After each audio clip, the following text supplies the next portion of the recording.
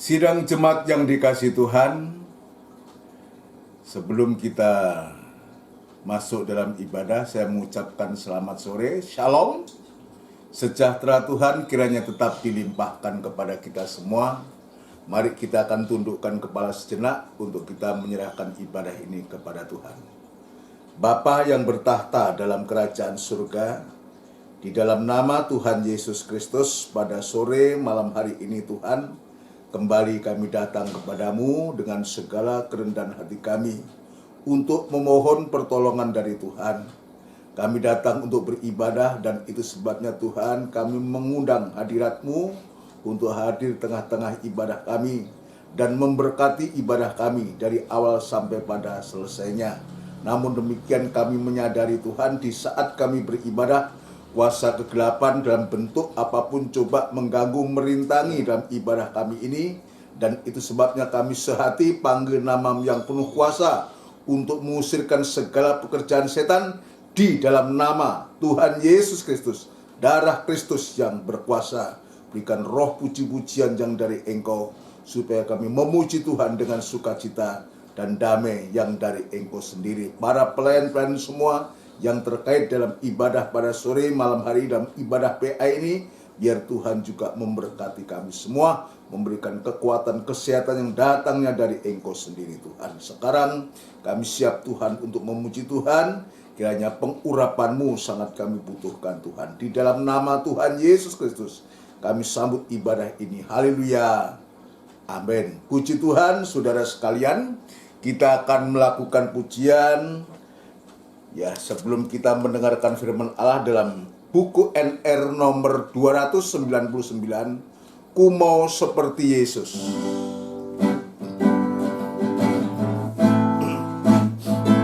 Haleluya.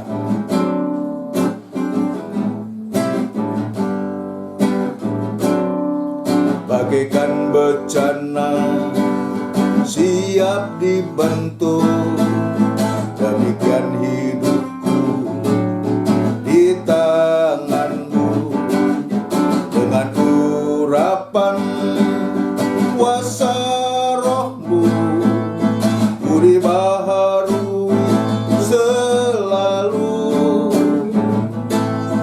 Jadikanku Allah dalam rumah-Mu, inilah hidupku di tangan-Mu.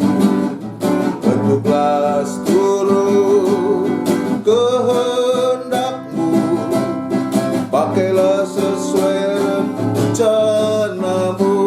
Ku mau seperti Yesus, ku mau seperti-Mu Yesus, disempurnakan selalu dalam segenap jalanku, memuliakan nama-Mu.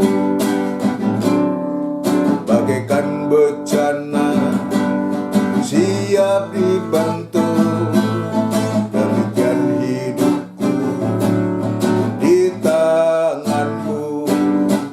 Dengan urapan kuasa Roh-Mu, ku dibaharui selalu. Jadikanku Allah dalam rumah-Mu, inilah hidupku di tangan-Mu. Bentuklah seluruh kehendak-Mu, pakailah sesuai rencana-Mu. Haleluya. Ku mau seperti-Mu Yesus, disempurnakan selalu dalam segenap jalanku, memuliakan nama-Mu.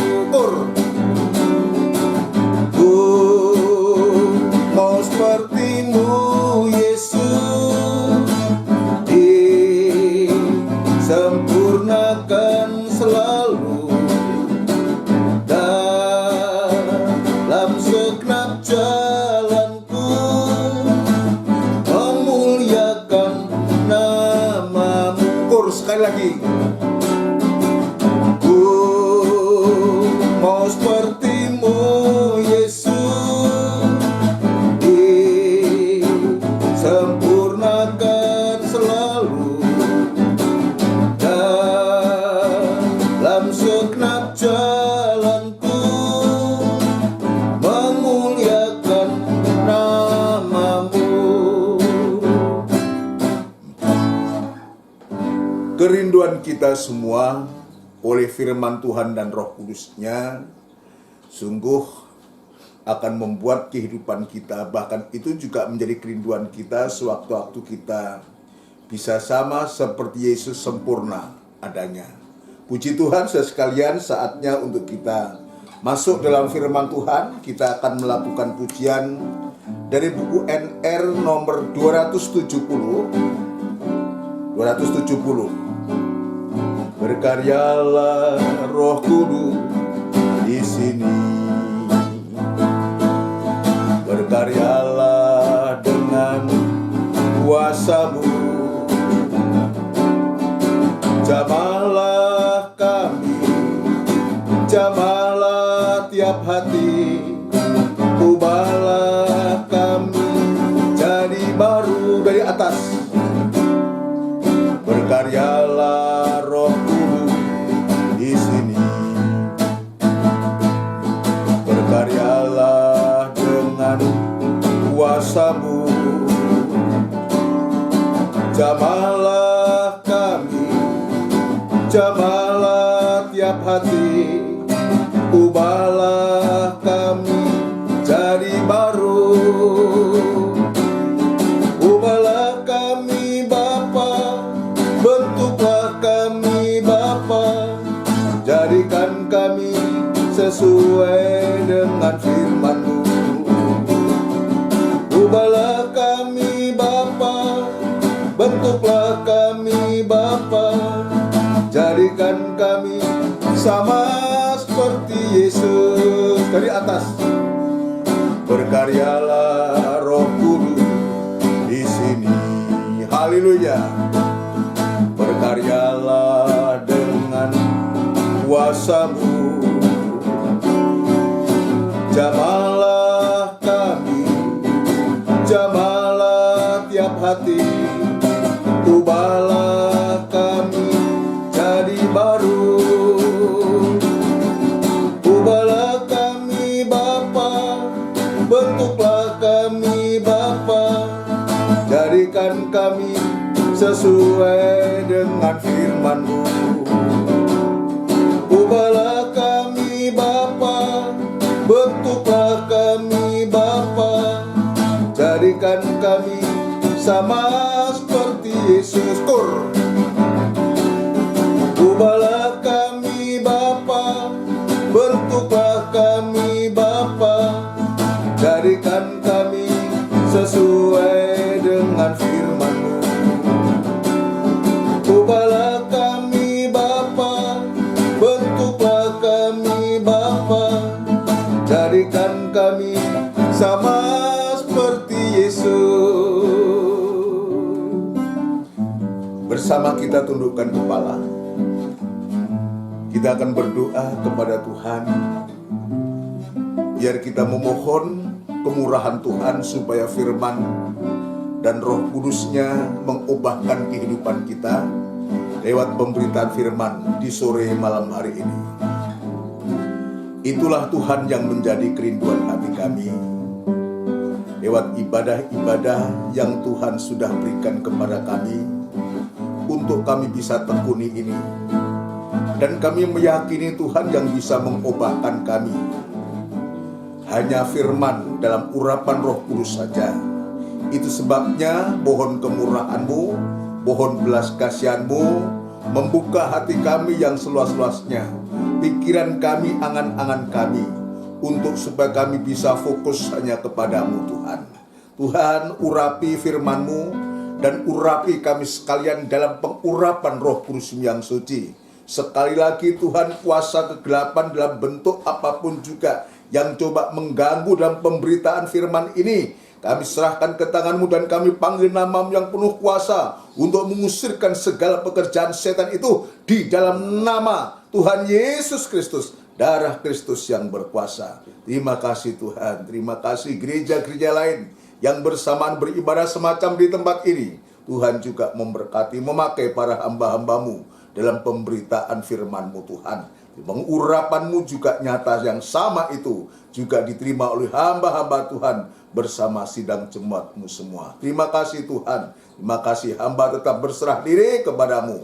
Biar kemurahan dan belas kasihan-Mu saja yang akan memampukan hamba untuk memberikan kekuatan hamba untuk mampu menyampaikan firman-Mu dengan benar dan murni, supaya firman Tuhan ini merupakan jawaban dari setiap masalah yang sedang kami hadapi di hari-hari ini Tuhan.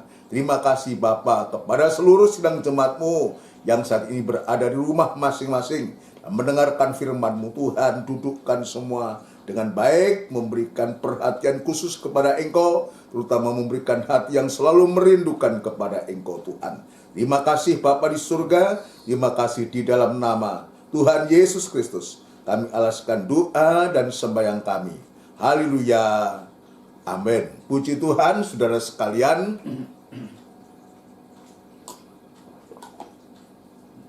Sebelum lanjut dalam pemberitaan firman Tuhan, kembali saya mengucapkan selamat sore. Shalom.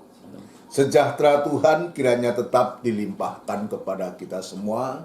Kita bersyukur, kita berterima kasih karena Tuhan masih memberikan kesempatan untuk kita bisa beribadah dalam ibadah PA yang disertai dengan perjamuan suci ini.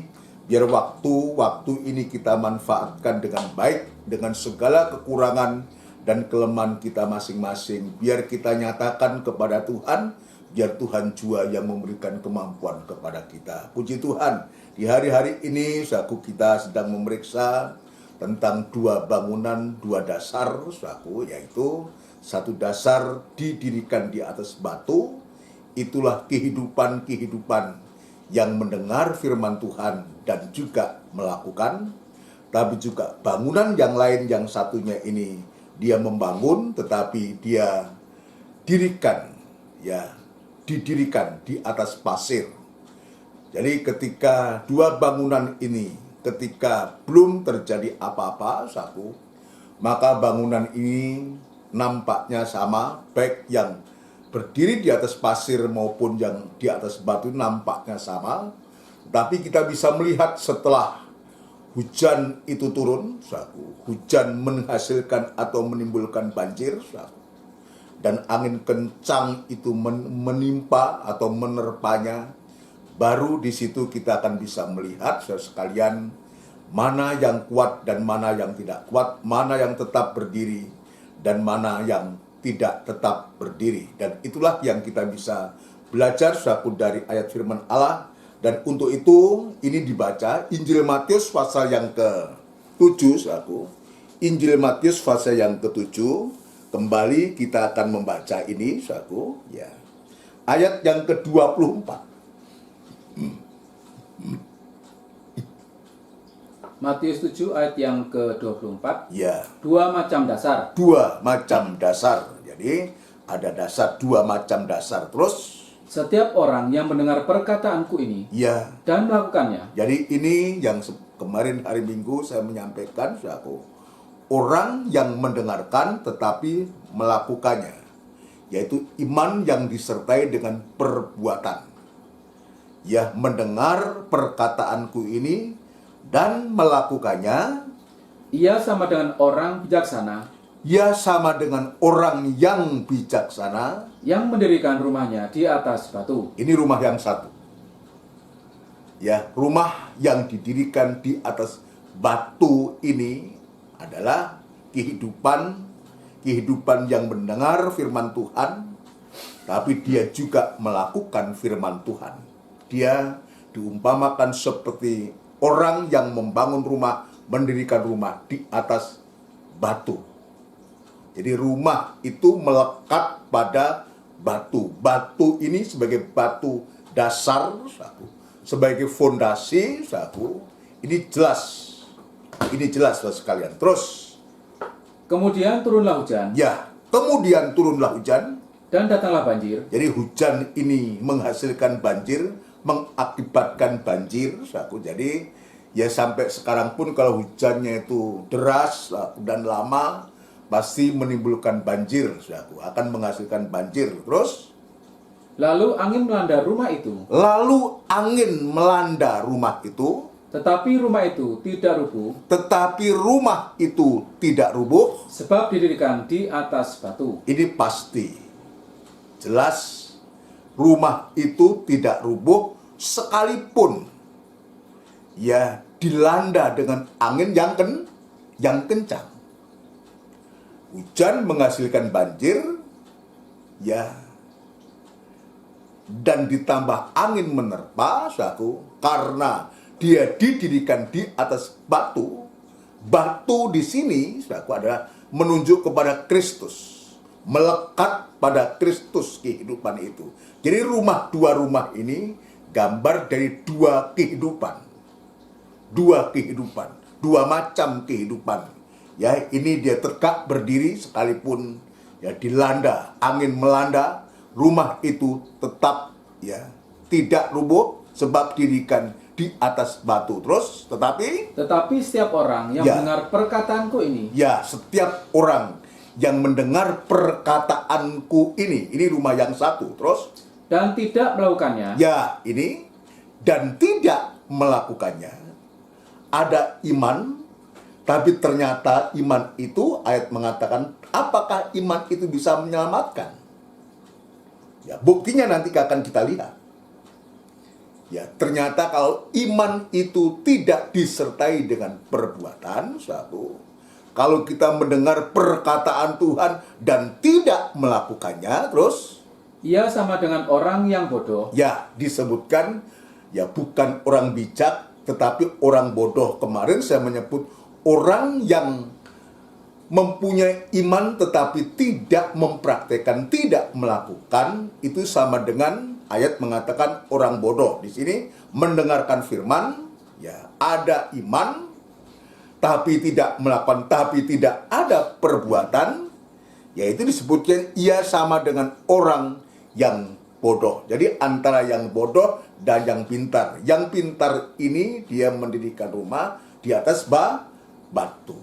Yang bodoh ini, ya, terus yang bodoh yang mendirikan rumahnya di atas pasir. ya, ia sama dengan orang yang bodoh yang mendirikan rumahnya di atas pasir. Dibaca dulu.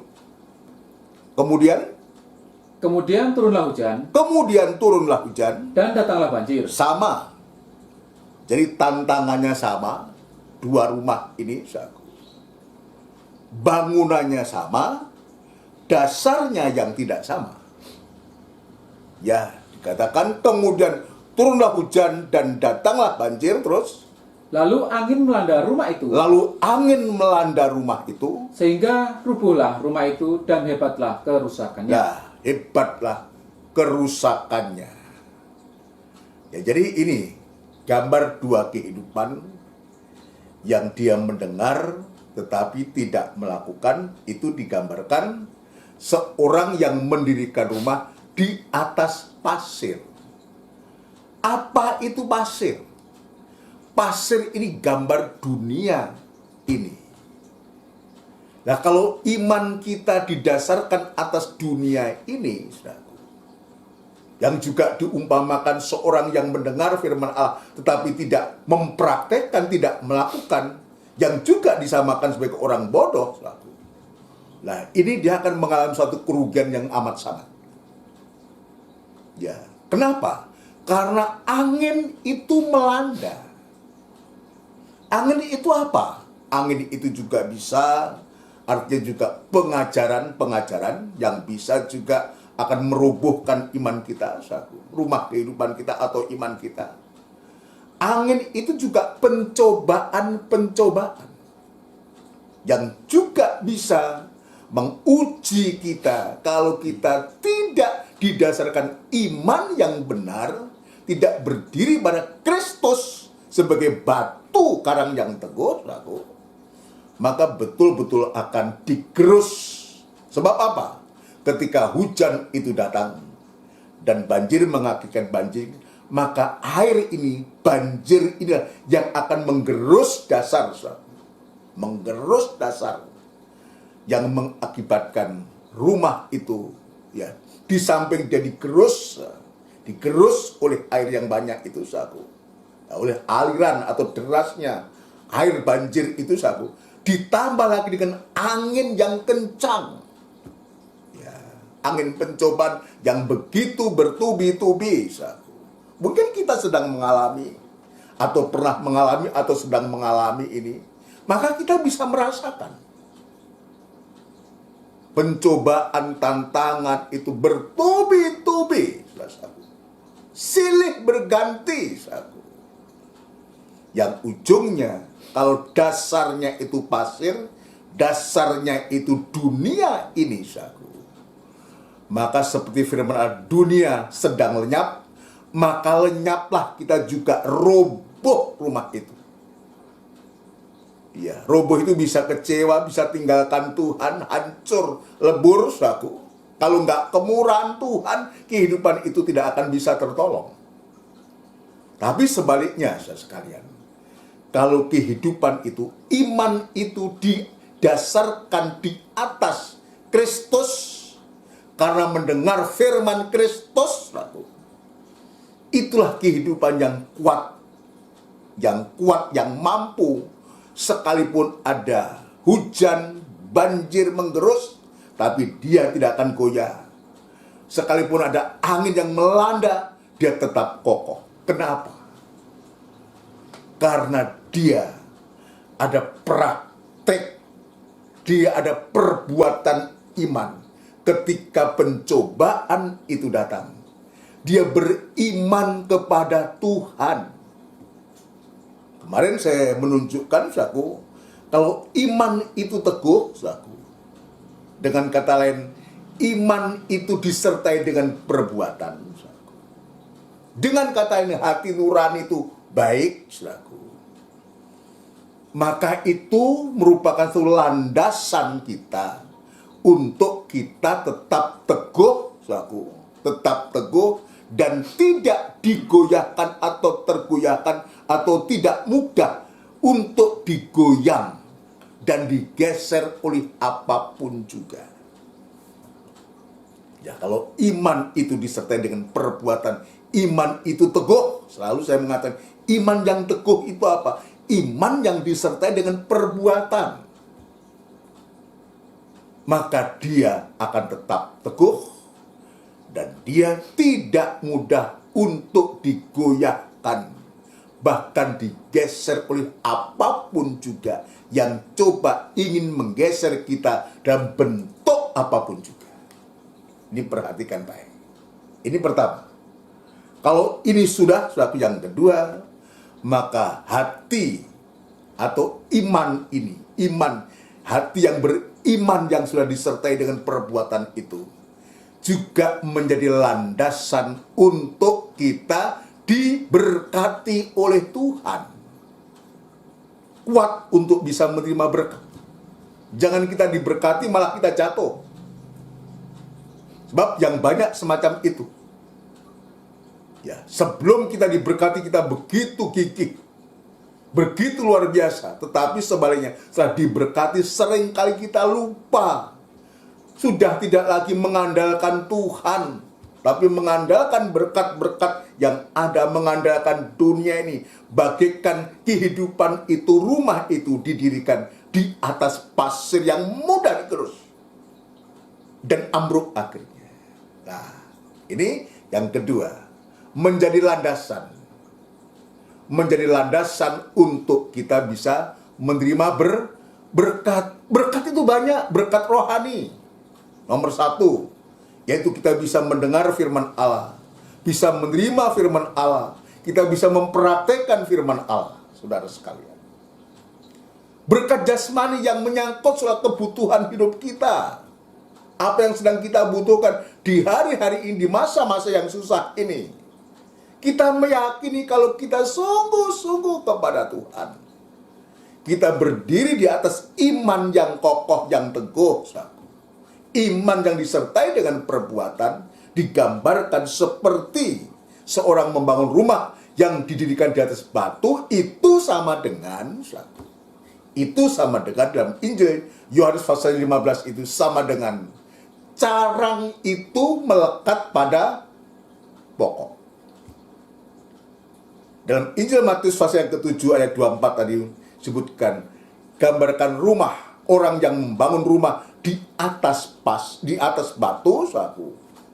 Itu bagaikan rumah itu melekat, bangunan itu melekat pada pondasi. Dalam Injil Yohanes pasal 15, bahkan carang itu melekat pada pokok. Ya, kalau carang itu melekat pada pokok, atau bangunan itu melekat pada dasar, dia betul-betul akan terjamin kuat. Kalau carang anggur itu dia melekat pada pokok anggur, dia akan mendapatkan pertumbuhan. Ya, bukan saja dia itu juga diberkati atau iman menjadi teguh dan tidak mudah goyah, sebab dia berada pada pokok yang benar, pada dasar batu yang benar, Tapi dia juga bisa menjadi tempat untuk bisa menerima berkat, dipercayakan berkat oleh Tuhan. Dan yang ketiga yang saya sebutkan ini, dan sekaligus doanya itu didengar oleh Tuhan. Ada ayat mengatakan doa orang benar itu besar kuasanya. Nanti kita ke sana. Ya, doanya itu didengar oleh Tuhan. Asal kita mau melekat pada pokok, melekat pada batu yang hidup itu. Itulah Kristus. Injil Yohanes pasal yang ke-15. Injil Yohanes pasal yang ke-15, saudara sekalian. Injil Yohanes pasal yang ke-15. Kita akan membaca lebih dulu ayat yang pertama. Yohanes 15 Ayat yang pertama. Ya. Pokok anggur yang benar. Akulah pokok anggur yang benar. Ya. Dan Bapakkulah pengusahanya. Jadi Yesus itulah pokok anggur dan Bapa itu pengusahanya. Ya, terus ayat yang keempat. Kita loncat ayat yang keempat. Ayat yang keempat. Ya. Tinggallah di dalam aku.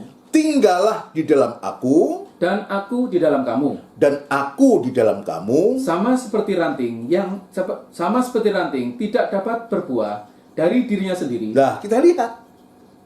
Ayat 4, tinggallah di dalam aku. Dan aku di dalam kamu. Ranting. Ya, ini yang maksud ranting. Sama seperti ranting tidak dapat berbuah dari dirinya sendiri. Terus? Kalau ia tidak tinggal pada pokok anggur. Kalau ia tidak tinggal pada pokok anggur. Kalau dia tidak melekat pada pokok anggur, dia tidak akan bisa berbuah. Jangankan berbuah, untuk hidup pun tidak. Ini perhatikan baik-baik, Ini pentingnya kita melekat pada iman kepada Kristus itu, melekat pada dasar yang benar itu, melekat pada pokok yang benar. Ini pentingnya. Ya, sebab kita tidak akan pernah bertumbuh, tidak akan pernah berbuah sepanjang kita tidak melekat pada pokok itu.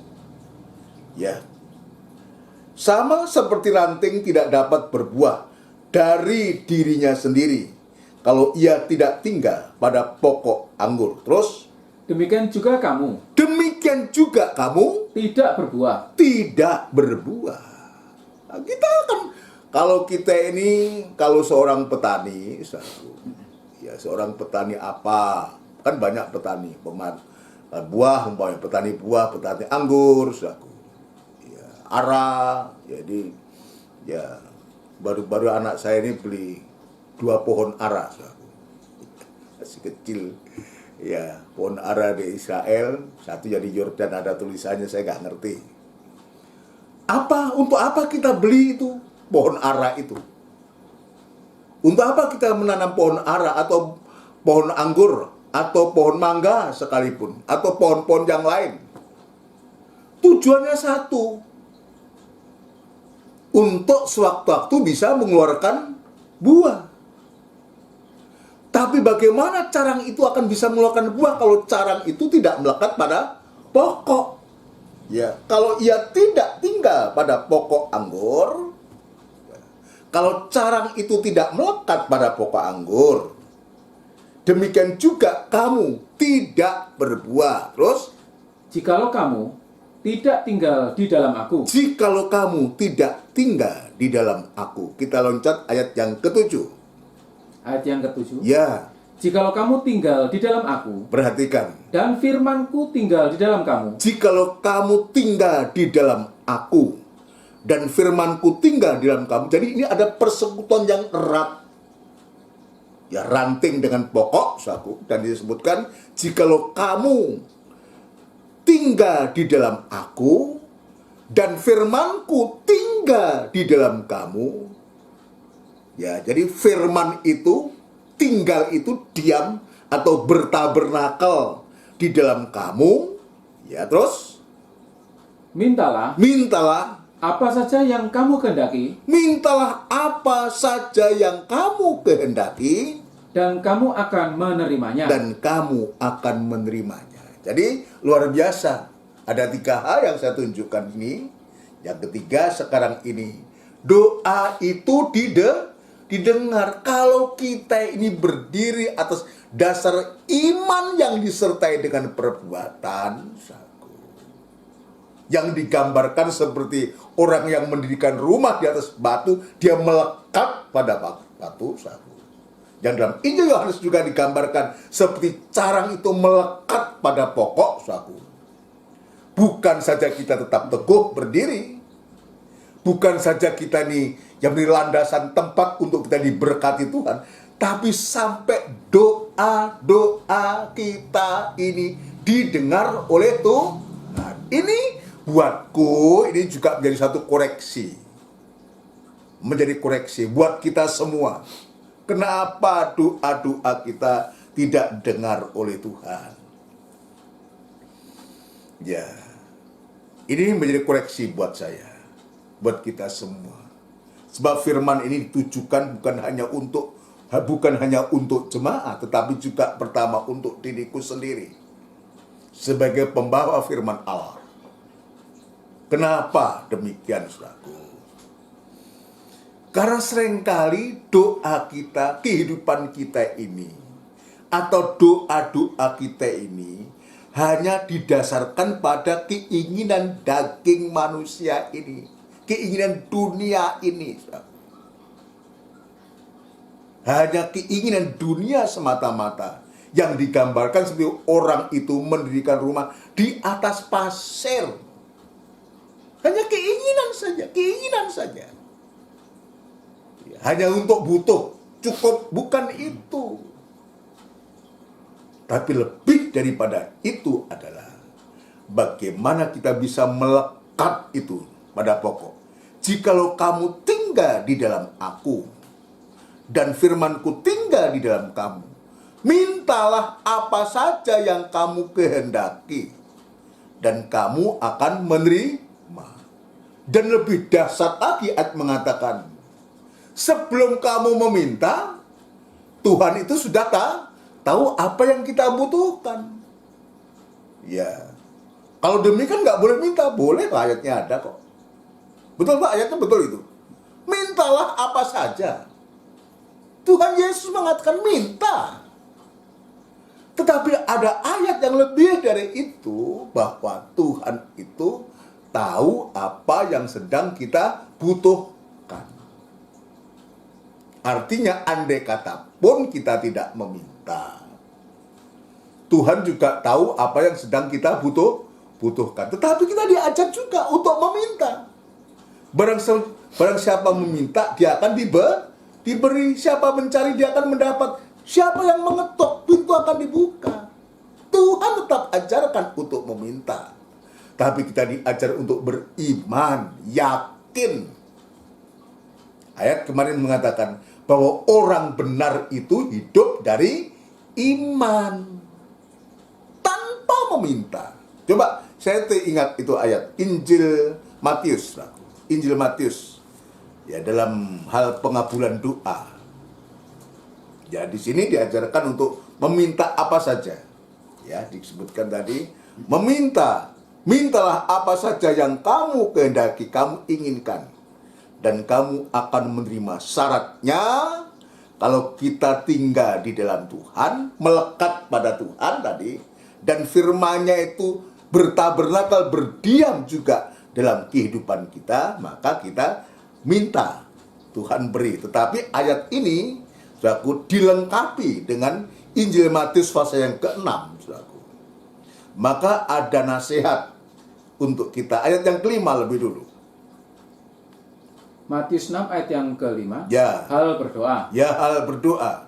Dan apabila kamu berdoa, Ya. janganlah berdoa seperti orang munafik. Jangan berdoa seperti orang munafik. Terus? Mereka suka mengucapkan doanya dengan berdiri dalam rumah-rumah ibadat Terus? dan pada tikungan-tikungan jalan raya, Ya. supaya mereka dilihat orang. Ya. Aku berkata kepadamu, Ya. sesungguhnya mereka sudah mendapat upahnya. Nah, dia nggak dapat upah. Sebab dengan caranya hanya untuk menjadi terpujian dunia ini, saudaraku, dia sesungguhnya sudah mendapatkan upah. Maka Bapak tidak perlu lagi memberikan upah. Upahnya sudah diambil karena apa? Sudah dipuji orang, hanya ingin dilihat. Nah, saya juga heran kalau orang berdoa di pinggir jalan, di tikungan-tikungan, ya rasanya kebangetan lah. Ya, padahal Tuhan tidak mengajarkan seperti itu. Apa yang diajarkan Tuhan? Ayat 6. Tetapi jika engkau berdoa, masuklah ke dalam kamarmu, ya, tutuplah pintu, ya, dan berdoalah kepada Bapamu ya, yang ada di tempat tersembunyi. Jadi berdoa itu kepada Bapa yang ada di tempat tersembunyi. Tutup pintu. Ya, masuklah ke dalam kamarmu, tutuplah pintu, dan berdoalah kepada Bapamu. Ya, masuk dalam kamar hati. Pintu itu apa? Tempat untuk keluar dan masuk. Tutup pintu itu. Perkara-perkara dunia tidak masuk. Nah, ini mengajarkan untukku. Keinginan-keinginan inilah yang membuat kita ini akhirnya lupa. Ya, lupa. Keinginan daging semata-mata. Ya, tidak keinginan Tuhan, saudara sekalian. Itu sebabnya dia katakan, masuklah ke dalam kamarmu, tutuplah pintu, dan berdoalah kepada Bapakmu yang ada di tempat tersembunyi. Ingat loh, Bapak itu di tempat yang tersembunyi, bukan di pasar, bukan di mall, bukan di tempat yang rame-rame. Bapak itu berada di tempat yang tersembunyi. Maka dari pihak kita, itu sebabnya kita diajar, masuklah ke dalam kamarmu, tutuplah pintu, dan berdoalah kepada Bapakmu. Ya, kusuk kita bisa langsung berhubungan, berdialog dengan Tuhan. Kita bermohon kepada Tuhan. Ya, sampai kita bisa menyembah kepada Tuhan. Jadi tinggal di dalam aku, itu artinya kita bisa menyembah kepada Tuhan. Kalau firman itu tinggal dalam kita, pasti kita bisa menyembah kepada Tuhan. Ya, terus? Maka Bapamu yang melihat yang tersembunyi akan membalasnya kepadamu. Maka Bapakmu yang melihat yang tersembunyi akan membalasnya kepadamu. Ayat 7. Lagi pula dalam doamu itu, Ya, janganlah kamu bertele-tele, ya, seperti kebiasaan orang yang tidak mengenal Allah. ya. Sebetulnya doa itu nggak diucapkan juga nggak apa-apa itu. Ya, nggak apa-apa, Tuhan itu maha tahu kok. Dia tahu. Tapi bagi kita kalau nggak diucapkan kan nggak afdol, sebenarnya. Nggak marem gitu. Ya, diucapkan doa itu. Ada doa permohonan, ada doa ucapan syukur, ada doa syafaat. Sampai kita bisa berdoa dalam doa penyembahan. Tetapi yang Tuhan tunjukkan, doamu janganlah Lagi pula dalam doamu itu janganlah kamu bertele-tele seperti kebiasaan orang yang tidak mengenal Allah. Tapi juga ada doa yang memang bertele-tele, saudaraku. Jadi kalau ayat ini dituliskan gini memang betul. Nampaknya Tuhan juga tahu melihat ada orang tuh panjang sampai, saudaraku. Ya, orang Iran panjang sampai artinya apa? Panjang sekali. Itu orang Papua ngomong panjang sampai, saudaraku. Jadi panjang sekali. Yang celaka lagi di dalam doa khotbah, dia mengulangi seluruh firman yang disampaikan Bapak Gembala, Pak Pendeta. Diulangi lagi, khotbah lagi dalam doa. Bukan berarti seperti itu. Itu sebabnya lagi pula dalam doamu itu janganlah kamu bertele-tele seperti kebiasaan orang yang tidak mengenal Allah. Coba doa yang gitu disamakan dengan orang yang tidak mengenal Tuhan itu bagaimana? Apa mau kita seperti itu? Tentu tidak. Terus, Mas. Mereka menyangka bahwa karena banyaknya kata-kata, ya, doanya akan dikabulkan. Ya, mereka menyangka ya dengan banyaknya kata-kata doanya akan dikabulkan. Contohnya siapa? Saya diingatkan ini. Seorang pemungut cukai dan orang Parisi. Orang Parisi merasa dia orang berpengetahuan, punya jabatan gereja, saudaraku, punya kedudukan, doanya panjang. Ya, doanya memprovokasi, saudaraku. Aku nggak seperti orang ini lah, di sampingnya itu kan pemungut cukai, saudaraku. Panjang sampai. Aku perpuluhan bayar. Aku berdoa 2 kali seminggu, mungkin Senin Kemis sekali, saudaraku. Tapi nggak disebutkan Senin Kemis ya, 2 kali seminggu dan macam-macam, saudaraku. Aku tidak ini, nggak itu. Ini doa yang semacam itu. Padahal Tuhan kepada pemungut cukai karena dia merasa orang berdosa tidak layak, saudaraku. Ampunilah aku ini orang berdosa. Tapi apa yang terjadi? Justru doa dari pemungut cukai ini yang didengar. Bukan banyaknya kata-kata, bukan panjangnya kata, bukan tertatanya kata-kata. Doa itu kan dari dalam hati. Pemungut cukai, ya Tuhan, dan sambil menepuk dada. Ya rasa tidak layak, ampuni hamba ini orang berdosa. Tapi justru Tuhan tahu. Dan Tuhan mendengar orang yang semacam ini. Terus, Mas. Jadi, janganlah kamu seperti mereka. Karena Bapamu mengetahui apa yang kamu perlukan. Ya, terus? Sebelum kamu minta kepadanya. Sebelum kita meminta kepada Tuhan, sesungguhnya Tuhan tuh tahu apa yang menjadi kebutuhan kita. Kalau demikian keyakinan saya sesungguhnya, kalau kita melekat pada batu itu, kehidupan kita, rumah itu melekat pada batu, seperti carang itu melekat pada pokok. Gak usah minta carang itu, pokok, aku ini perlu itu, gak perlu. Kalau dia melekat pada pokok, pasti ada pertumbuhan. Ini yang menguatkan kita, menguatkan saya. Gak usah lah minta macam-macam. Yang penting kita selalu melekat pada pokok anggur yang benar. Melekat pada batu yang benar. Itu batu karang. Itulah Kristus itu. Menjadi satu. Maka betul-betul kalau kita melekat itu artinya kita mendengar firman Tuhan. Ini disebutkan, jikalau kamu tinggal di dalam aku, dan firmanku tinggal di dalam kamu.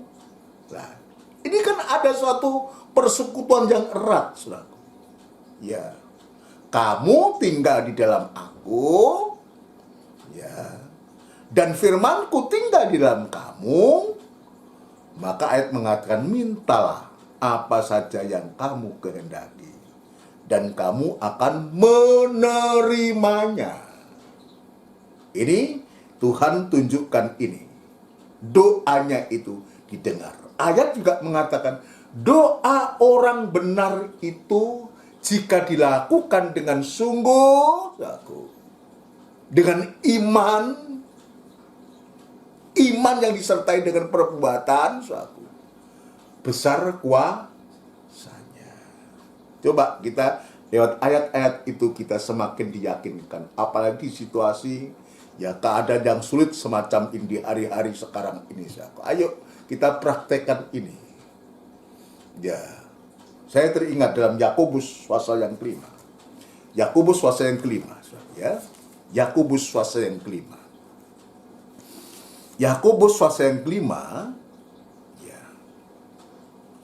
Kita mulai membaca ayat yang ke-15, ya. Yakobus 5 ayat yang ke-15. Ya. Dan doa yang lahir dari iman. Perhatikan, kalimatnya luar biasa ini. Dan doa yang lahir dari iman. Iman ini bukan hanya iman yang mati. Bukan iman yang mati ini. Iman yang disertai dengan perbuatan. Kenapa?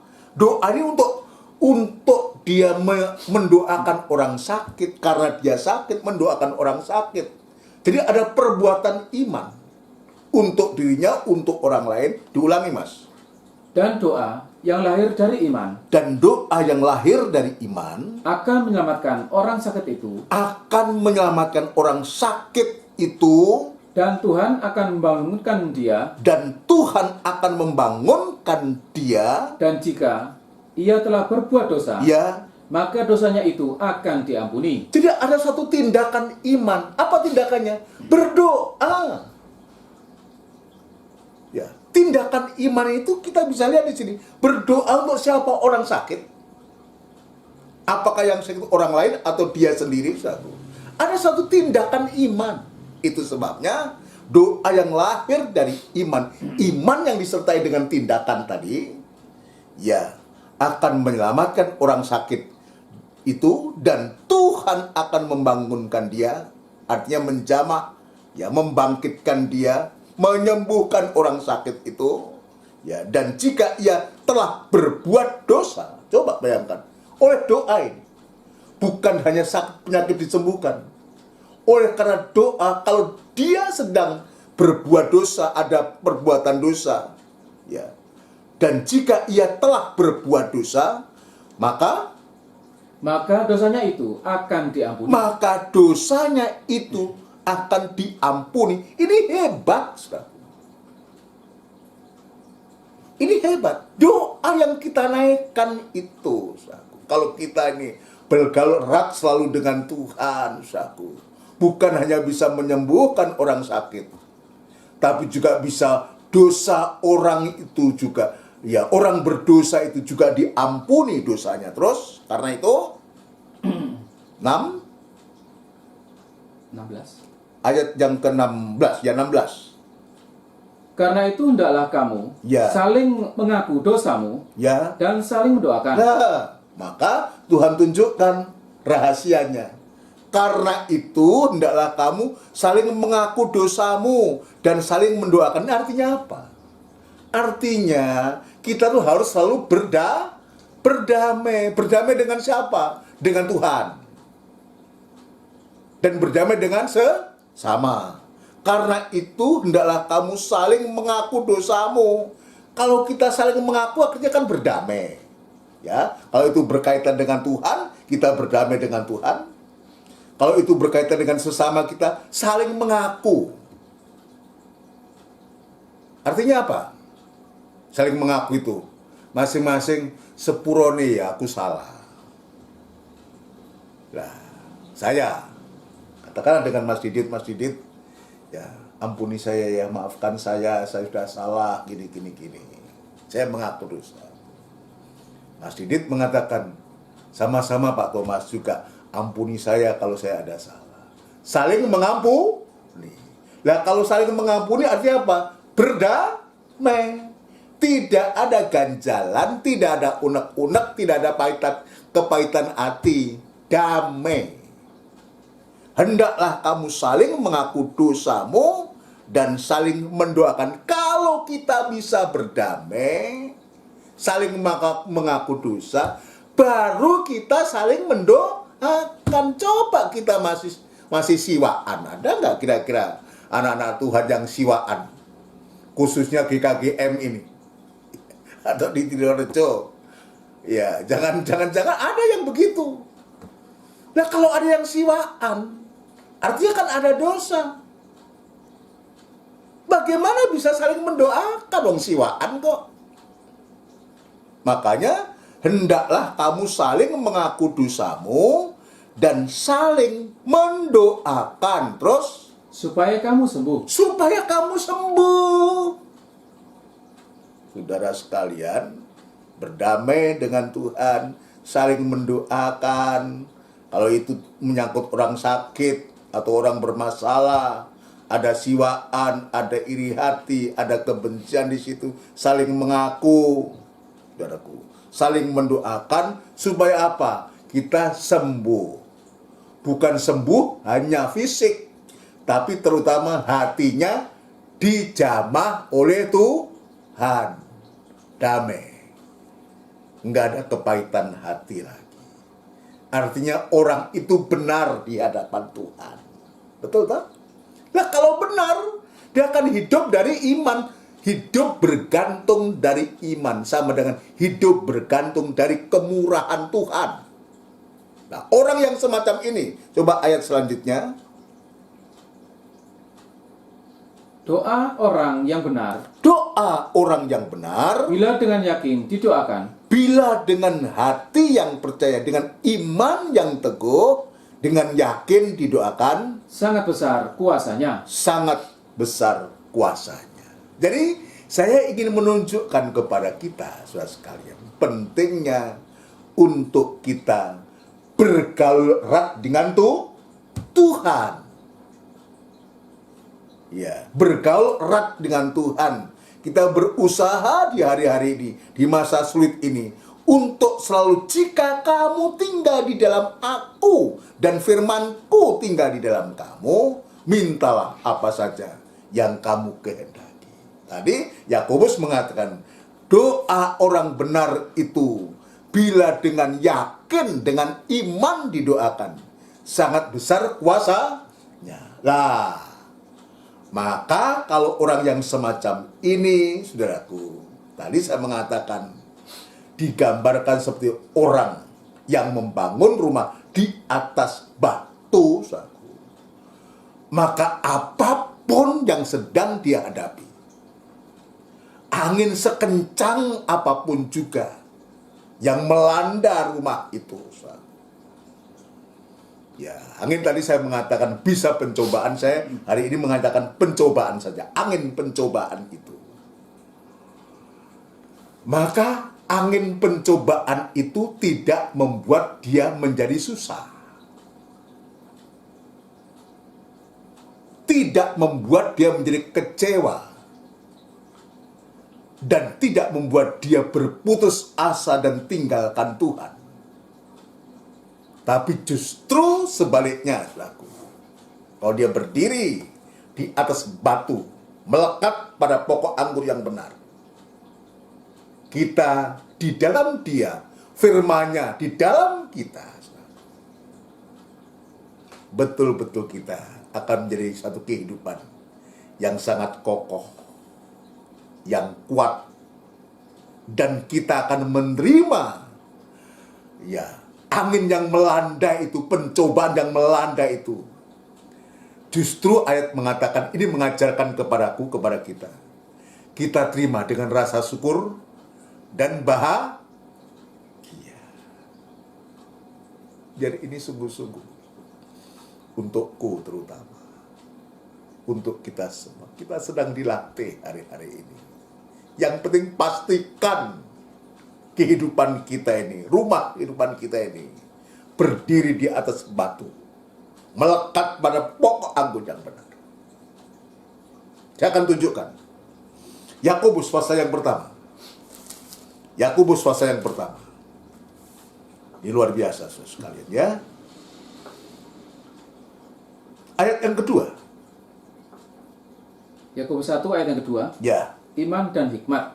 iman dan hikmat ayat yang kedua dan yang ketiga. Ya, Saudara-saudaraku, saudara-saudaraku, anggaplah sebagai suatu kebahagiaan anggaplah sebagai suatu kebahagiaan. apabila kamu jatuh ke dalam berbagai-bagai pencobaan. Coba, ini gampang nggak ini? Kira-kira. Saya harus mengatakan ini tidak mudah. Ini bukan hal yang gampang. Ini mudah untuk kita baca, mudah untuk diucapkan, tapi tidak mudah untuk dipraktekkan. Tapi ayat ini tidak pernah salah. Yakobus ini, surat Yakobus ini, saudaraku, dalam susunan tabernakel ini ya berbicara tentang iman yang disertai dengan perbuatan. Nanti masuk pasal 2 itu ya kita sudah baca kemarin contoh-contoh iman yang disertai dengan perbuatan. Ya, dalam susunan tabernakel ini terkena tudung tabernakel, tudung yang pertama yaitu kain linen halus. Kan ada 4 tudung, saudaraku. Kain linen halus itu namanya tudung iman yang disertai dengan perbuatan. Tudung yang kedua, kulit bulu atau bulu kambing, saudaraku. Ya, ini tudung kulit bulu kambing, saudaraku. Ya, itu tudung yang kedua, itu namanya tudung pengharapan. Ya, itu ada studinya sendiri, saudaraku. Yang ketiga, yaitu tudung kulit domba celup merah. Itulah tudung kasih, kasihnya Allah. Kulit domba celup merah yang menudungi tabernakel itu. Dan yang keempat, kulit lumba-lumba yang paling luar, yang paling atas itu, saudaraku, yang dia harus ya tahan untuk menerima panas terik matahari, tetapi juga tahan menerima dinginnya kalau malam. Itu tudung penghukuman, tahan akan penghukuman.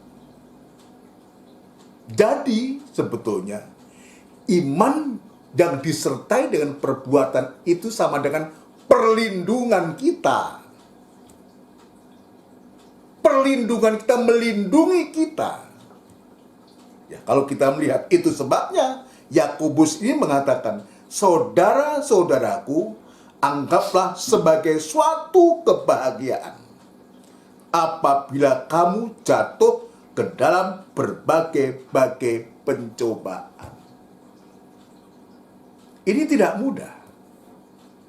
Tapi kita meyakini, saudara sekalian, kalau kita melekat pada Dia, pada Kristus, si pemberi iman itu, batu karang, melekat pada pokok yang benar, melekat pada Kristus. Ya, bagi Tuhan itu tidak ada yang sulit. Maka Tuhan sanggup memberikan ketika pencobaan-pencobaan itu menerpa bagikan apa disebutkan dalam Injil Matius tadi, angin melanda dengan kencangnya itu. Maka rumah kehidupan itu tetap kok sebab dia menyatu, melekat. Dia ada persekutuan dengan pokok yang benar, dengan batu karang itu, dengan Kristus sendiri. Maka ketika ayat ini kita baca, maka kita akan bisa mengatakan amin Tuhan. Anggaplah sebagai suatu kebahagiaan apabila kamu jatuh ke dalam berbagai-bagai pencobaan. Kita bisa mengatakan amin Tuhan. Sebab ayat firman Tuhan ini tidak akan pernah salah. Tidak akan pernah menipu kita. Tidak akan pernah membodohi kita. Hanya kehidupan yang mau melekat pada Tuhan. Ada iman yang disertai dengan perbuatan itu. Ada perlindungan Tuhan. Maka dia dimampukan oleh Tuhan. Ayat yang ketiga. Sebab Sebab kamu tahu Sebab kamu tahu. bahwa ujian terhadap imanmu itu Nah, kita tingkatkan dari pencobaan itu yang Tuhan katakan lewat firman-Nya ini, dan kita terima sebagai suatu ujian. Sebab kamu tahu bahwa ujian terhadap imanmu itu menghasilkan ketekunan. menghasilkan ketekunan. Iman itu diuji. Bahwa ujian terhadap imanmu itu adalah praktek daripada iman. Praktek daripada firman. Bukan hanya kita dengar, tapi firman itu kita praktekkan ketika ujian itu datang. Maka kita bisa menyambut dengan rasa syukur dan bahagia. Ya, akan menghasilkan, justru itu bukan menghancurkan kita. Bukan membuat kita menjadi kecewa. Bukan membuat kita putus asa.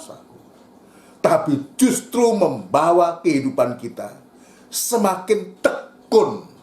Kolose pasal pertama, hendaklah engkau bertekun dalam iman, tetap teguh dan tidak digoyahkan dan tidak bisa digeserkan. Ini membawa kepada ketekunan. Kalau itu kita terima, syaratnya kita berdiri, sekali lagi, melekat pada pokok anggur yang benar. Ada persekutuan, ada hubungan erat dengan Tuhan. Maka Tuhan juga yang justru akan membawa kita semakin bertekun dalam iman. Ya, menghasilkan, ya, bahwa ujian terhadap imanmu itu menghasilkan ketekunan. Bertekun, semakin bertekun, semakin bertekun, pengharapannya itu hanya kepada Tuhan. Dan sekali lagi saya mengatakan, sehingga kita bisa orang benar itu hidup dari iman. Ada kekuatan yang baru, ada semangat yang baru yang Tuhan berikan kepada kita kalau kita melekat. Tetapi sebaliknya, kalau kehidupan kita dasarkan atas pasir ini, dunia ini, ya, seindah apapun dunia ini tetaplah dunia yang sedang lenyap dengan segala keinginannya. Ya, ini memberikan suatu, ya, pembukaan mata kita untuk kita hati-hati, waspada. Ya. Karena apa? Pencobaan yang sama ini juga akan dialami. Akan dilanda angin yang kencang. Kalau iman kita pada dunia ini dan segala isinya, sudah bisa dipastikan kita akan roboh, hancur berkeping-keping, lenyap bersama dunia. Nah, itu sebabnya ayat mengatakan jangan mengasihi dunia. Sekalipun kita berada di dunia, jangan menganggap dunia yang kita pijak ini, bumi yang kita pijak, dunia yang kita tinggali ini akan memberikan jaminan kepada kita. Tidak. Sewaktu bumi ini akan digoncangkan. Kemarin nanti kita baca lagi. Bumi ini akan digoncangkan, bukan hanya bumi, tapi langit pun juga akan digoncangkan. Kalau kita tetap berdiri di atas pasir dunia ini, wah, kita nggak tahu apa jadinya. Ya, ini harus kita ingat. Di hari-hari ini, dengan masa-masa sulit yang seperti sekarang ini, biar mata hati, mata rohani kita dibuka. Sekarang kita berpijak kepada siapa? Berdiri di atas siapa? Melekat pada siapa di hari-hari ini? Kepada Tuhan? Atau kepada dunia? Tadi saya sudah menunjukkan kalau kita di hari-hari ini melekat pada Tuhan, sekalipun dilanda angin yang kencang sekalipun, tidak akan membuat kita kecewa, putus asa, dan tinggalkan Tuhan. Justru sebaliknya, kita bisa mensyukuri dan rasa bahagia. Kenapa? Karena kita terima kesulitan ini sebagai ujian iman yang menghasilkan ketekunan. Semakin kita mengalami suatu ujian, kesulitan ini, seharusnya yang paling tepat, kita semakin tekun kepada Tuhan dalam ibadah dan pelayanan kepada Tuhan. Saya akan tunjukkan, tapi sebaliknya, kalau kita berdiri pijakan kita dunia ini, maka Rasul Yohanes menasihatkan kita, ya, jangan engkau mengasihi dunia. Jangan engkau berpijak mengharapkan dunia ini. 1 Yohanes pasal yang kedua. 1 Yohanes pasal yang kedua.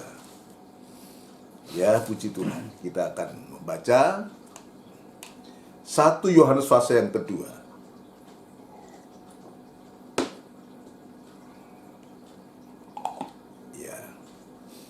Ayat yang ke-15. 1 Yohanes 2 ayat yang ke-15. Ya. Janganlah kamu mengasihi dunia dan apa yang ada di dalamnya. Jadi ini nasihat ini, saudara. Ya, untuk menyadarkan kita. Ya, jangan kamu mengasihi dunia dan apa yang ada di dalamnya. Kita kadang-kadang tanpa kita sadari kita sudah menyandarkan hidup kita ini kepada dunia. Ya karena hartanya banyak, simpanannya banyak.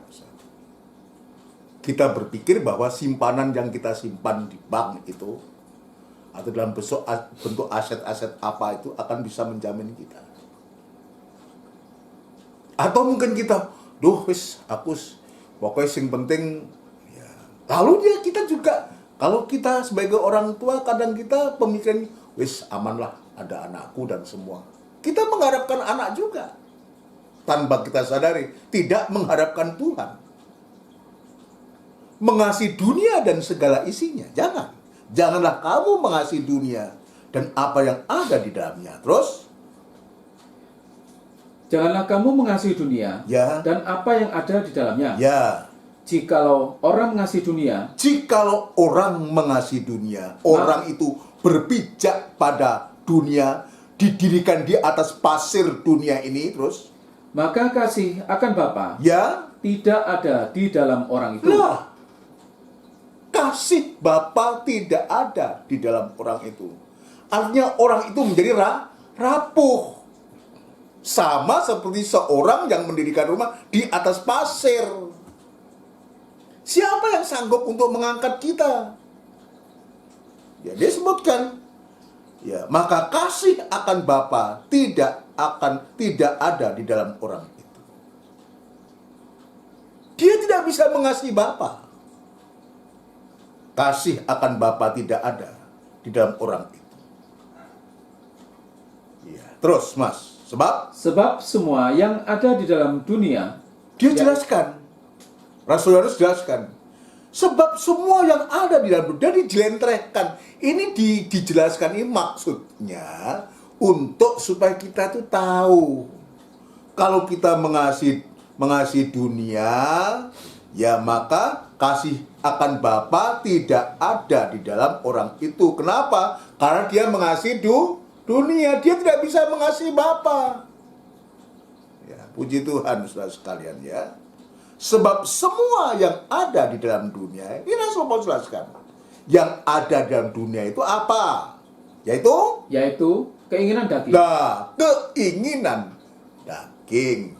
Terus? Dan keinginan mata. Serta keangkuhan hidup. Bukanlah berasal dari Bapa. Melainkan dari dunia. Itulah isi dunia itu. Coba bayangkan kalau kita berpijak melekatkan diri pada dunia ini, bergaul dengan dunia ini. Ayat lain mengatakan sama dengan kita menempatkan diri sebagai musuhnya Allah. Ya, menempatkan diri sebagai musuhnya Allah. Bagaimana kalau kita menempatkan diri sebagai kasih dengan musuhnya Allah itu? Artinya kita melawan kepada Allah. Ya. Sebab itulah keinginan daging, keinginan mata, serta keangkuhan hidup bukan berasal dari Bapa, melainkan dari dunia. Terus Dan dunia ini sedang lenyap Lah. dengan keinginannya. kita lihat, dunia ini bukan akan loh. Kalimatnya ini perhatikan baik. Dan dunia ini bukan akan, tapi sedang. Jadi sedang dalam kelenyapannya, sedang dalam kehancurannya. Besarlah kerusakannya. Betul tak tadi dalam Injil Matius?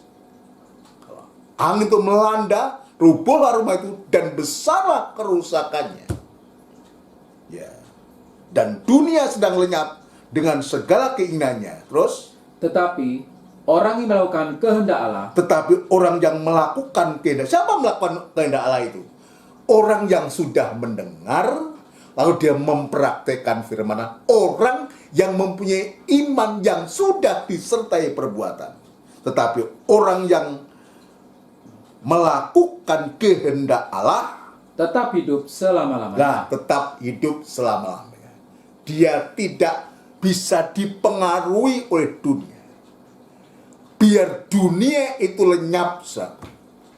Maka Tuhan sudah menyiapkan tempat bagi kita. Bagi siapa? Bagi kehidupan yang melekat pada Tuhan. Ya, yang bergaul erat dengan Tuhan. Yang mempercayakan hidupnya sepenuh kepada Tuhan. Ya. Tetapi orang yang melakukan kehendak Allah tetap hidup selama-lamanya. Karena Tuhan sudah memberikan tempat yang lain, bukan dunia ini. Kita tidak mampu, kita tidak berdaya di berhadapan situasi yang semacam ini. Tapi Tuhan selalu memberikan cara kalau kita merindukan kepada Tuhan. Mau mempraktekkan firman Allah itu. Ya.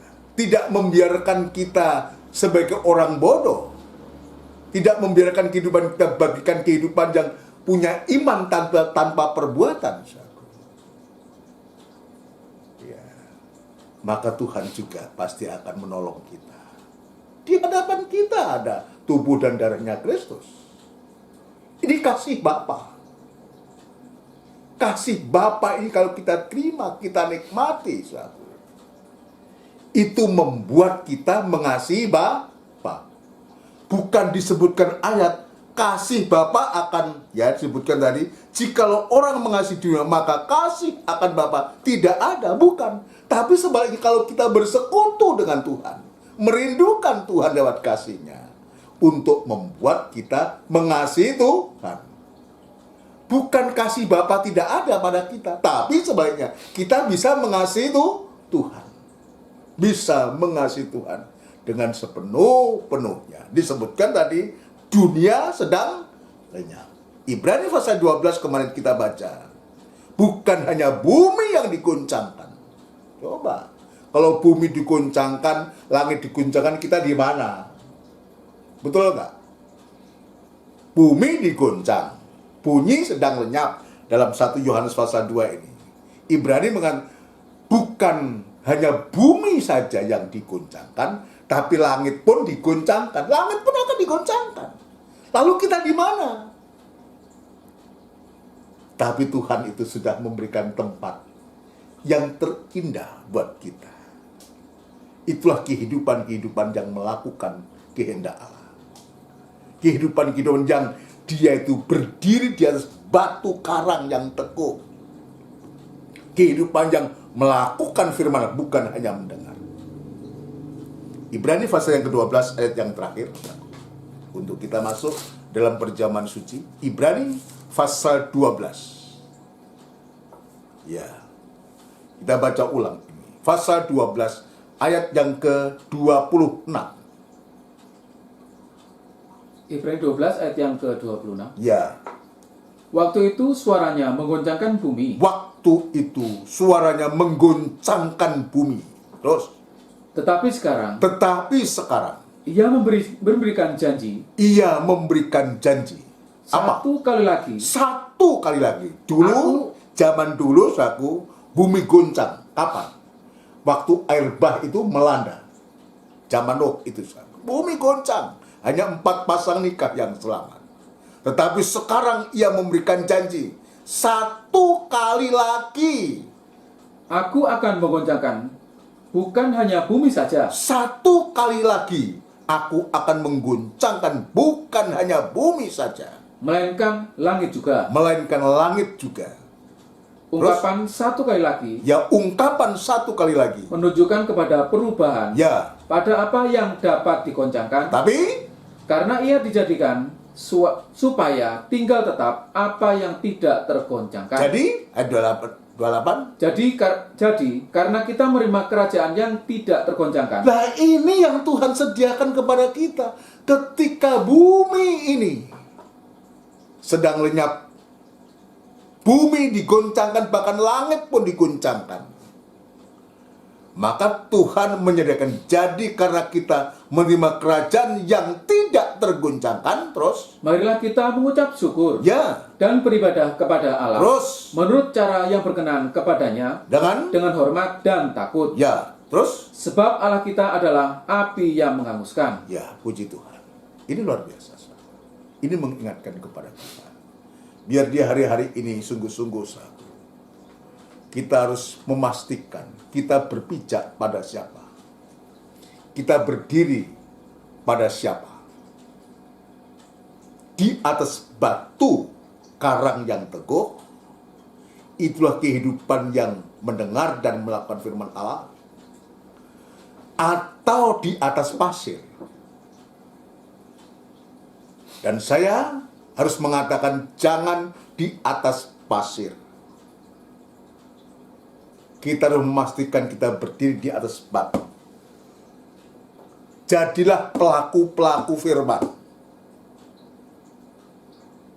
Ya, melakukan kehendaknya, dia akan hidup kekal untuk selama-lamanya. Jadi kehidupan yang melekat selalu pada pokok, ada persekutuan. Tadi saya mengatakan, iman akan semakin teguh, tidak digoyahkan oleh apapun juga. Penyelandasan berkat dan doanya didengar oleh Tuhan. Ya. Dan yang terakhir, ketika dunia ini sedang lenyap dan Tuhan menyediakan kerajaan yang tidak tergoncangkan. Nah, itu sebabnya nasihat buat kita di hari-hari ini. Biar kita beribadah kepada Allah menurut cara yang berkenan kepadanya. Cara yang berkenan itu apa? Yaitu dengan cara menurut firman Allah ini. Cara yang berkenan di hadapan Allah ini. Dengan takut, dengan hormat, dan takut. Dan Filipi, kita harus tetap mengerjakan keselamatan itu dengan takut dan gentar. Mengerjakan keselamatan itu, kita sudah selamat.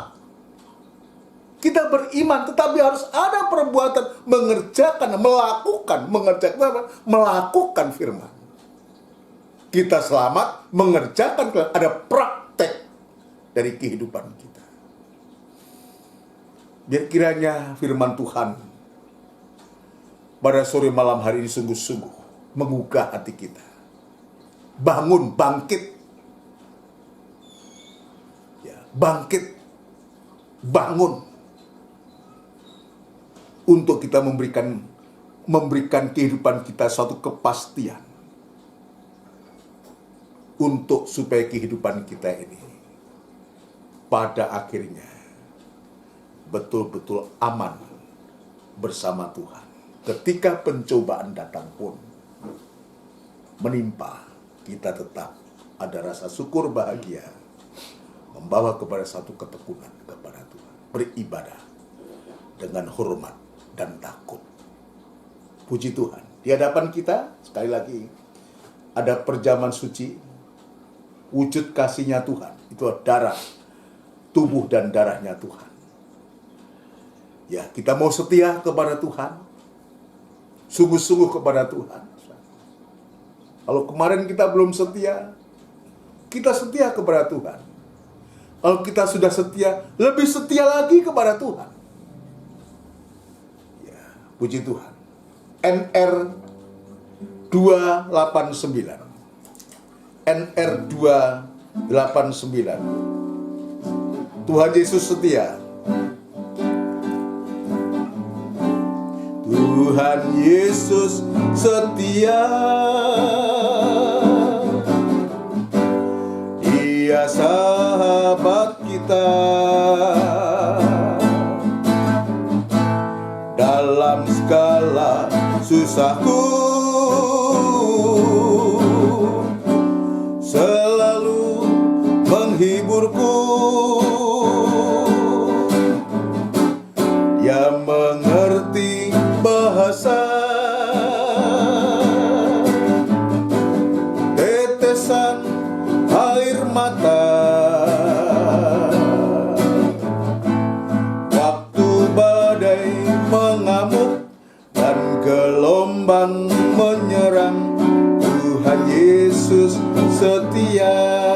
Dari atas, haleluya. Tuhan Yesus setia, haleluya. Dia sahabat kita, haleluya. Dalam segala susahku, selalu menghiburku. Dia mengerti bahasa tetesan air mata waktu badai mengamuk dan gelombang menyerang. Tuhan Yesus setia. Dia mengerti bahasa tetesan air mata, haleluya. Waktu badai mengamuk dan gelombang menyerang. Tuhan Yesus setia. Bersama kita tundukkan kepala. Kita akan menerima perjamuan suci. Biar kita masing-masing mengkoreksi diri. Dia setia. Dan kesetiaannya dia buktikan.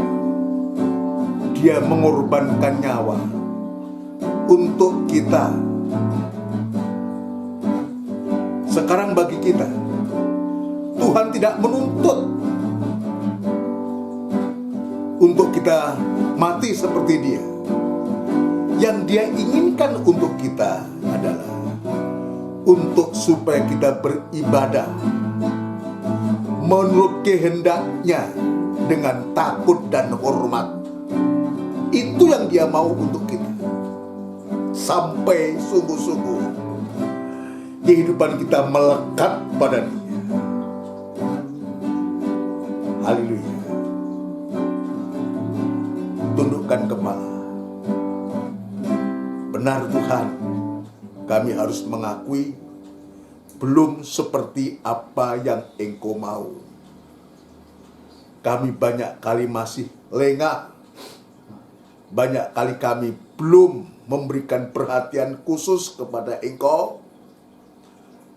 Beribadah melayani belum dengan takut dan hormat.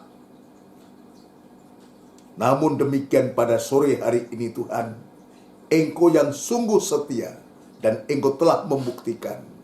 Tuhan, ampuni kami, sucikan hati kami, supaya hati yang berdosa, hati yang jahat, hati yang lengah ini, Tuhan pulihkan kembali, untuk kami juga setia, seperti Engkau sudah setia kepada kami.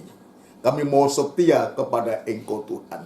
Kami tidak mampu Tuhan, kami tidak berdaya. Namun demikian Tuhan, kami membutuhkan pertolongan-Mu. Dan Engkau saat ini juga sudah menyediakan tubuh dan darah-Mu untuk memberikan kekuatan, kemampuan kepada kami, untuk kami setia kepada Engkau sampai Engkau datang yang kedua kali. Terima kasih Tuhan untuk firman-Mu. Terima kasih untuk perjamuan suci yang sebentar kami akan nikmati. Terima kasih Tuhan, layakkan kami semua Tuhan untuk menerima tubuh dan darah-Mu. Di dalam nama Tuhan Yesus Kristus, kami sambut dan terima tubuh dan darah-Mu. Haleluya. Amin. Puji Tuhan. Puji Tuhan. Mari kita akan menerima tubuh darah Kristus.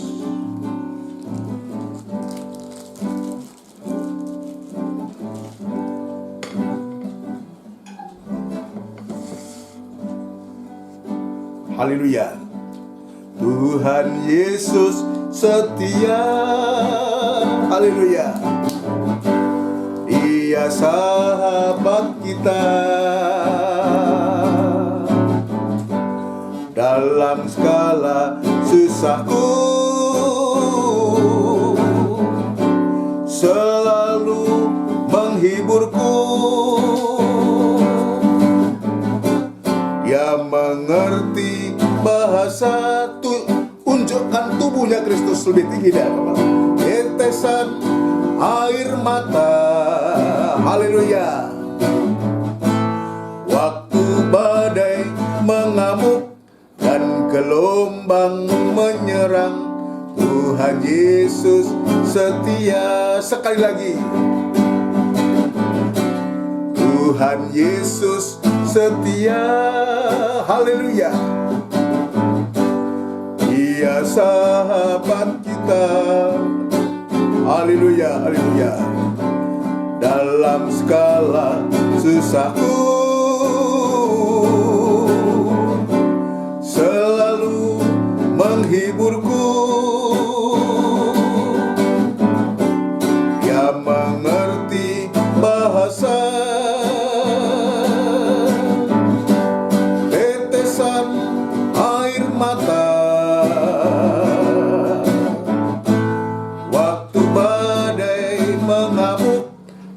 Gelombang menyerang, Tuhan Yesus setia.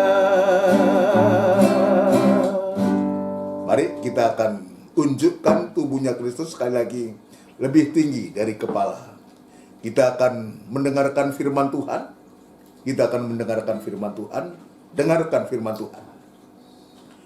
Sebab apa yang telah kuteruskan kepadamu telah aku terima dari Tuhan, yaitu bahwa Tuhan Yesus pada malam waktu ia diserahkan, mengambil roti dan sesudah itu ia mengucap syukur atasnya. Ia memecah-mecahkannya dan berkata, inilah tubuhku yang diserahkan bagi kamu, perbuatlah ini menjadi peringatan akan aku. Kita makan bersama dalam nama Tuhan Yesus Kristus.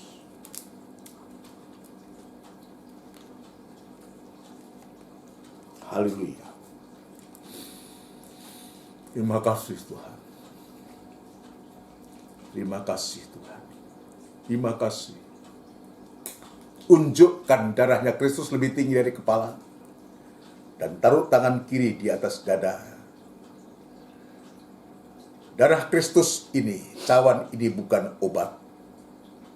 Tapi lebih daripada itu, ini kuasa daripada Tuhan. Bukan saja bisa menyembuhkan orang sakit, tapi juga bisa menghapuskan, menyucikan segala dosa, kejahatan dan kesalahan kita. Dengarkan firman Tuhan.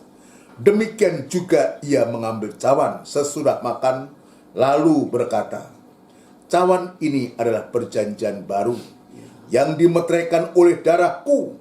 Perbuatlah ini setiap kali kamu meminumnya, menjadi peringatan akan aku.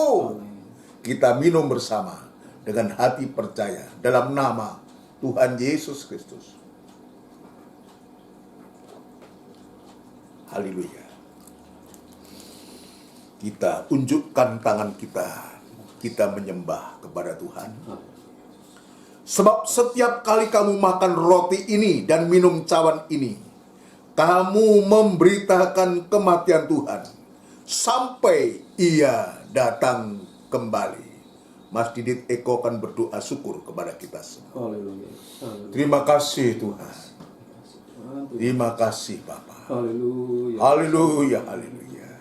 Ya, dapat kami ucapkan Tuhan Ya Tuhan. akan rasa syukur ini Tuhan, Haleluya, haleluya. yang telah Kau berikan buat kehidupan kami. Haleluya, haleluya. Oh Tuhan yang jauh daripada sempurna. Haleluya, haleluya. Kami percaya Tuhan. Haleluya, Lewat haleluya. firman yang Kau sampaikan pada sore hari. Haleluya, Dalam haleluya. kekuatan akan kasih buat kehidupan Haleluya, kami. haleluya. Kami juga mengucap syukur Tuhan. Haleluya. Oh, siapa kami ini Tuhan yang masih Engkau Haleluya. campurkan kami ke dalam pokok anggur-Mu Tuhan. Haleluya, haleluya. Benar Tuhan, supaya kami dapat hidup Tuhan. Haleluya. Berdoa Tuhan. Haleluya. Tapi kadang-kadang kami, oh Tuhan, kami Haleluya. masih egois Tuhan dalam kehidupan Haleluya. kami Tuhan. Oh ampuni Terima kasih, kami Tuhan, ampuni Tuhan. Terima Ampuni kasih kesalahan Tuhan. Oh terima kasih Tuhan, Terima terima kasih Tuhan. kasih. Firman-Mu yang hidup ini Tuhan. Haleluya, haleluya. Supaya kami lebih hari Tuhan, Haleluya. lebih melekat kepadamu Tuhan. Amin. Itulah Tuhan akan kerinduan kami. Haleluya. Terima kasih Tuhan, terima Terima kasih kasih, Tuhan, Tuhan. terima kasih. Inilah firman Terima kasih. pengharapan buat kehidupan kami. Haleluya. Firman yang hidup Tuhan, firman yang Tuhan Haleluya. mengasihi kami. Haleluya. Kita akan berbagai permasalahan dalam dunia. Haleluya. Tapi kami berserah kepadamu Tuhan. Amin. Dan juga kami, Tuhan, pasrahkan semua ke dalam tangan-Mu Tuhan. Haleluya. Kami percaya lewat pembelian firman-Mu ini Tuhan. Ya Biar kami Rabbi, bisa ya mengalami Ya Tuhan. Rabbi, Oh ya terima Rabbi, ya kasih Tuhan, terima kasih Tuhan. Ya Rabbi, ya Terima Rabbi, kasih, ya Tuhan. Rabbi, Banyak ya Tuhan Rabbi, berbagai ya Rabbi, bencana, banyak angin pencobaan Tuhan. Haleluya. Tapi kami percaya Tuhan, lewat Ya Rabbi, batu ya Rabbi, penjuru ya Rabbi, Tuhan, ya Rabbi. dan lewat pokok anggur yang Haleluya. hidup Tuhan dapat, Haleluya. Tuhan semakin hari semakin Terima dikuatkan kasih, Tuhan. Tuhan. Terima kasih Tuhan, terima kasih Tuhan, terima kasih. Dan juga mengucap syukur Tuhan akan Haleluya. tubuh dan darah-Mu Tuhan pada sore hari Tuhan. Terima Biarlah kasih, Tuhan Tuhan. Engkau lengkapi Tuhan Haleluya. tubuh dan darah itu lewat firman-firman yang Kau sampaikan Tuhan Haleluya. buat kehidupan kami Tuhan Terima kasih. pada sore hari Tuhan. Terima kasih Terima Tuhan, kasih. terima kasih Bapak. Terima kasih, Tuhan. Bapak kami juga berdoa Tuhan untuk Haleluya. hamba-Mu Tuhan, biar semakin hari semakin Engkau pakai Tuhan Amin. dalam setiap pembukaan Kemurahan firman, dan dalam belas setiap kasihan kata-kata Tuhan. dalam firman itu Tuhan, Haleluya. bila hidup Tuhan. Terima kasih Tuhan, terima Terima kasih Bapak, kasih, terima Tuhan. kasih sekali lagi Tuhan, bila dia Haleluya. marifat dan juga hikmat dan dari Engkau. Terima Terima kasih Tuhan, kasih, terima Tuhan. kasih Bapak, Terima kasih. dan juga Tuhan kami juga berdoa untuk hamba Haleluya. dan juga keluarganya Tuhan, dimanapun dia berada Tuhan, dan juga Haleluya. berbagai permasalahan dalam hamba-Mu Tuhan, biar dan kesehatannya Tuhan, biar Engkau campur tangan, biar Engkau lindungi Tuhan. Terima kasih Tuhan, terima kasih Tuhan, terima kasih Tuhan, terima kasih, terima kasih Tuhan. Dan juga kami berdoa Tuhan untuk saudara kami dimanapun berada Tuhan, GKGM khususnya Tuhan, biar semakin hari Tuhan semakin dikuatkan lewat pembukaan firman yang hidup ini Tuhan. Terima kasih Tuhan, terima kasih Bapa, terima kasih Tuhan, terima kasih. Doa ini kami naikkan hanya di dalam nama Terima kasih. Tuhan Yesus Kristus. Haleluya. Amin. Amin. Puji Tuhan, saudara sekalian. Demikian rangkaian ibadah kita dalam ibadah PA pada sore malam hari ini. Yang sudah memberkati kita, kiranya menjadi berkat bagi orang lain. Ya, kita diberkati ya, oleh Tuhan lewat firman-Nya, biar kita juga menjadi berkat. Mohon perhatiannya untuk jadwal ibadah kita besok. Kita ada ibadah doa dan penyembahan saku dimulai 5:30 sore tepat, kembali kepada hari Minggu ibadah Minggu Raya saku, dan juga jam 5:30 sore tepat dimulai dan kembali kepada PA seperti sekarang ini jam 5:30 sore tepat. Tetap berdoa saudara sekalian supaya lewat ibadah-ibadah siaran tunda ini kita tetap terpelihara dan dipelihara oleh Tuhan lewat firman dalam urapan Roh Kudus-Nya dimanapun kita berada. Tetap kita saling mendoakan satu dengan yang lain, ya. Tetap kita menjaga kesehatan sampai sewaktu-waktu kita bisa kembali ibadah di gereja, secara fisik kita bisa bertemu kembali. Kita juga mendoakan supaya nanti ibadah Natal, ya nggak tahu melalui kayak apa, ya atau juga lewat semacam ya semacam ini serang tunda atau serang langsung atau ya serang tunda atau bagaimana, nanti biar Tuhan yang atur.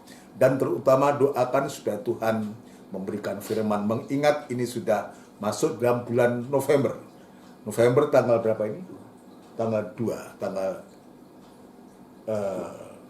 hari Rabu itu tanggal berapa itu? 2, 3, 4. Tanggal 4. Empat. Tanggal 4 ya. Mengingat kita sudah masuk tanggal 4 November, saudaraku ya. Jadi Rabu tanggal 4 November kita mendoakan supaya Tuhan memberikan firman Allah untuk perayaan Natal kita bersama, sekalipun mungkin dirayakan secara virtual. Ya, kita tetap mendoakan. Puji Tuhan, ini yang bisa saya sampaikan. Nanti kita berdoa saudaraku untuk seluruh sidang jemaat Tuhan, ada juga sidang jemaat Tuhan, anak-anak kita yang sedang mencari pekerjaan, butuh pekerjaan, ada yang sudah bekerja, baik di kota atau di luar kota, bahkan di luar pulau, di luar negeri. Sekalipun biar Tuhan juga tetap menolong, menyertai, memberikan kekuatan anak-anak kita atau saudara-saudara kita seiman dan melakukan tugas pekerjaan, dan Tuhan selalu memberkati senantiasa. Yang orang-orang tua kita tetap doakan supaya tetap diberikan kesehatan, kekuatan yang dari Tuhan. Mari kita akan tundukkan kepala untuk kita bisa menerima berkat. Tidak putus-putusnya kami mengucapkan syukur dan terima kasih kepadamu Tuhan. Kebaikanmu yang begitu luar biasa dan perhatian lawatanmu begitu nyata untuk kami Tuhan. Biarlah kami pulang dengan berkat-Mu dan menjadi berkat bagi orang lain. Berdoa untuk sidang jemaat-Mu Tuhan, yang saat-saat ini mulai dari anak-anak, kaum muda, remaja, kaum muda, dewasa, sampai yang paling sepuh sekalipun, dimanapun mereka berada, biar Tuhan tetap melawat, menjaga, memelihara, melindungi semua. Jauhkan dari hal-hal yang tidak berkenan di hadapan Engkau. Bagi anak-anak kami, saudara kami yang sedang mencari pekerjaan, Tuhan juga Engkau membuka jalan. Yang sedang membuka usaha, biar Tuhan juga membuka jalan, memberkati senantiasa. Yang sudah bekerja, baik di kota, di luar kota, di luar pulau, bahkan di luar negeri sekalipun, Engkau juga ada di sana. Penyertaan-Mu selalu nyata atas mereka. Terutama Tuhan memberikan kerinduan anak-anak kami, sidang jemaat-Mu semua, untuk selalu merindukan Engkau, melekat pada Engkau, berdiri di atas batu karang yang teguh. Maka kami yakin dan percaya seperti firman, apapun yang kami pohonkan, bahkan kami tidak memohonkan sekalipun, Engkau yang maha mengetahui, dan Engkau pasti tetap memberkati kami semua. Terima kasih Tuhan. Terima kasih nikah, rumah tangga, usaha, pekerjaan, daripada sidang jemaat-Mu semua, Engkau memberkati semua Tuhan. Sebentar kami akan berpisah satu dengan yang lain, namun demikian kami tetap ingat bangsa dan negara kami, Republik Indonesia yang kami cintai. Ya Tuhan, kami berdoa senantiasa, sebab pemerintahan yang sah ini wakil-Mu di bumi ini, dan kami berdoa kepada kepala pemerintahan, kepada Bapak Presiden, Wakil Presiden, sebagai yang Engkau percayakan untuk memimpin bangsa kami ini. Kiranya Tuhan memberikan kekuatan, kemampuan yang dari Tuhan untuk mampu memimpin bangsa kami ini. Jauhkan daripada pertengkaran, kerusuhan, atau hal yang tidak berkenan di hadapan Engkau. Tapi berikan damai sejahtera-Mu di tengah-tengah bangsa kami, untuk supaya pemimpin-pemimpin kami dengan secara tenang dan damai juga, untuk diberikan kemampuan mengatasi apa yang sedang dihadapi oleh bangsa kami ini Tuhan. Terima kasih Tuhan. Mulai dari Bapak Presiden, para menteri, jajaran pemerintah di pusat sampai di daerah, Tuhan memberikan hikmat yang dari Tuhan. Terima kasih Bapak. Sekarang Tuhan, kami menyerahkan kembali hidup kami, tubuh, jiwa, dan roh kami ke tangan-Mu. Tuhan tetap jaga, pelihara, lindungi kami semua Tuhan. Terima kasih Tuhan. Terima kasih saudaraku yang kekasih, biarlah rahmat anugerah cinta yang besar yang datangnya dari Allah Bapa, Sang Putra, dan Roh Kudus yang sepenuhnya di dalam nama Tuhan Yesus Kristus. Haleluya. Amin. Selamat malam. Tuhan memberkati kita semua.